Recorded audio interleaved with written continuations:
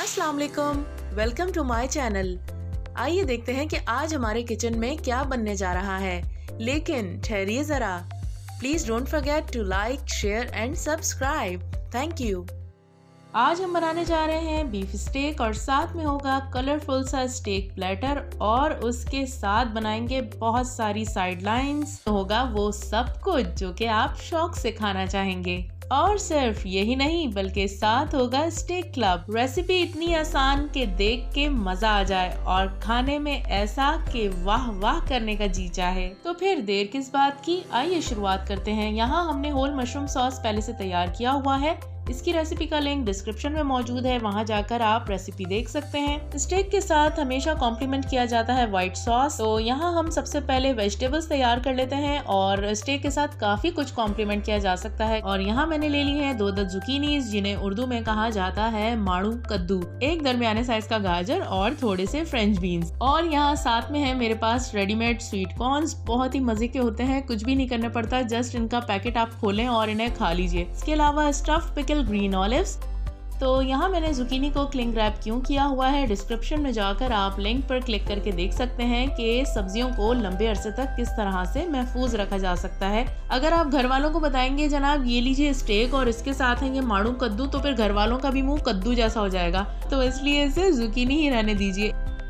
और सब्जियां सारी कट चुकी हैं। यहाँ पैन में मैंने काफी सारा पानी डाल लिया है और यहाँ हम करेंगे वेजिटेबल ब्लेंचिंग। और पानी में ही थोड़ा सा हमने नमक भी शामिल कर देना है। और नमक डालने के बाद जैसे ही पानी में उबाल आएगा तो हमने सारी की सारी वेजिटेबल्स ऐड कर देनी है और सिर्फ 2 से 3 मिनट के लिए इनको उबाल लेना है। ब्लेंचिंग से क्या होता है कि वेजिटेबल्स का जो कलर और टेक्सचर होता है वो काफी देर तक रखे रहने के बावजूद भी खराब नहीं होता। और 2 से 3 मिनट उबालने के बाद हमने इनको फौरन से ठंडे यख पानी में शिफ्ट कर देना है ताकि इनका कुकिंग प्रोसेस रुक जाए, वरना ये मजीद पकती रहेंगी और नरम हो जाएंगी।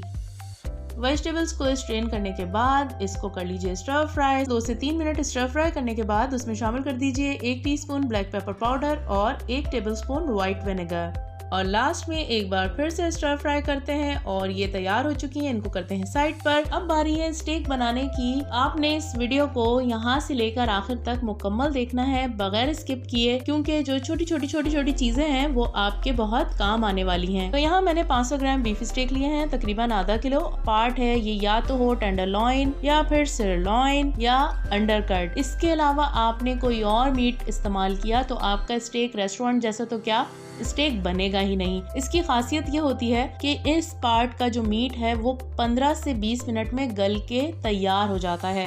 और दूसरी इम्पोर्टेंट बात वो ये कि ना ही आपने इसमें कच्चा पपीता लगाना है, ना इसके अंदर आपने कचरी पाउडर लगाना है, ना ही मीट टेंडराइजर का इस्तेमाल करना है, क्योंकि गोश्त का ये वाला हिस्सा आराम से बगैर किसी इजाफी चीज को डाले पक जाता है, यानी कि गल जाता है।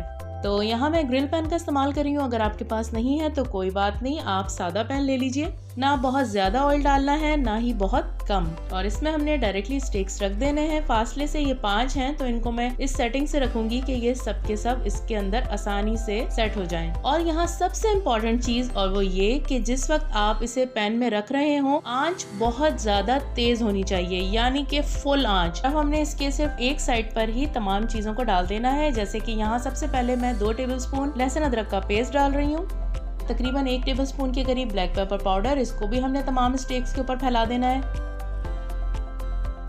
4 से 5 टेबलस्पून आपने ले लेना है सोया सॉस, इसको भी इवनली स्प्रेड कर दीजिए। और आखिर में हम इस्तेमाल करेंगे नमक का, आप अपने हिसाब से कम या ज्यादा कर लीजिए। और नमक के साथ ही इसमें जाएगा लेमन जूस।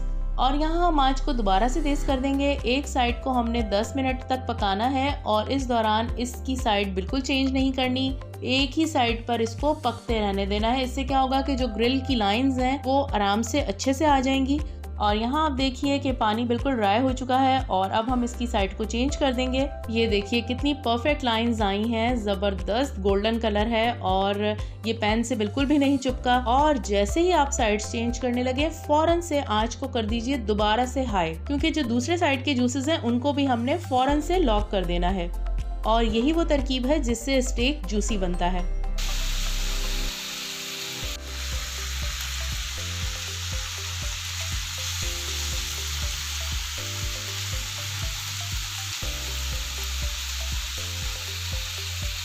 और दूसरे साइड को भी तकरीबन 10 मिनट हो चुके हैं। यहाँ हमने आंच हल्की कर दी है और जो हमने मोटे मोटे से स्लाइसेस काट के रखे हुए हैं अनियन के, जिन्हें अनियन रिंग्स कहते हैं, ताकि ये गोल्डन हो जाएं। बहुत लाइट सा ग्रिल करने के बाद हमारा स्टेक तैयार हो चुका है।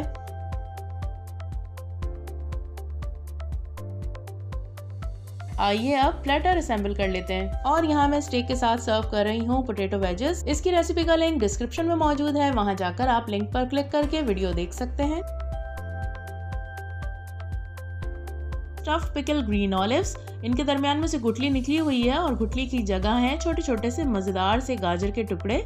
ये प्लेटर मेरा बड़ा फेवरेट है। घर में होता है ना कोई बर्तन आपको बहुत अच्छा लगता है, ये मेरे बड़ा काम आता है। कोई भी ऐसी सर्विंग है जिसमें काफी सारी चीजें हैं ना लवाजमात, उसमें ये परफेक्ट होता है। और आखिर में यहाँ हम अनियन बेडिंग करने के बाद ऊपर से स्टेक रख देते हैं।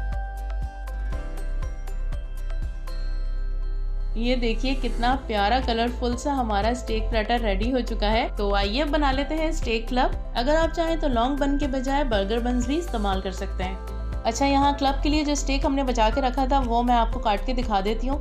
ये देखें अंदर से कितना परफेक्ट कुक हुआ हुआ है, आराम से ये कट गया है। मैंने पकाते हुए बिल्कुल इसको चेक नहीं किया था ये गला है या नहीं गला है, क्योंकि पता था 20 मिनट्स आर इनफ। और इसका आप कलर टेक्सचर देख सकते हैं कितना जबरदस्त एकदम एक्यूरेट आया है।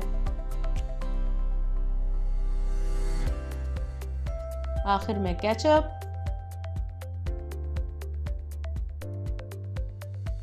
और इसको करते हैं बंद। यम्मीलिशियस स्टेक क्लब इज रेडी।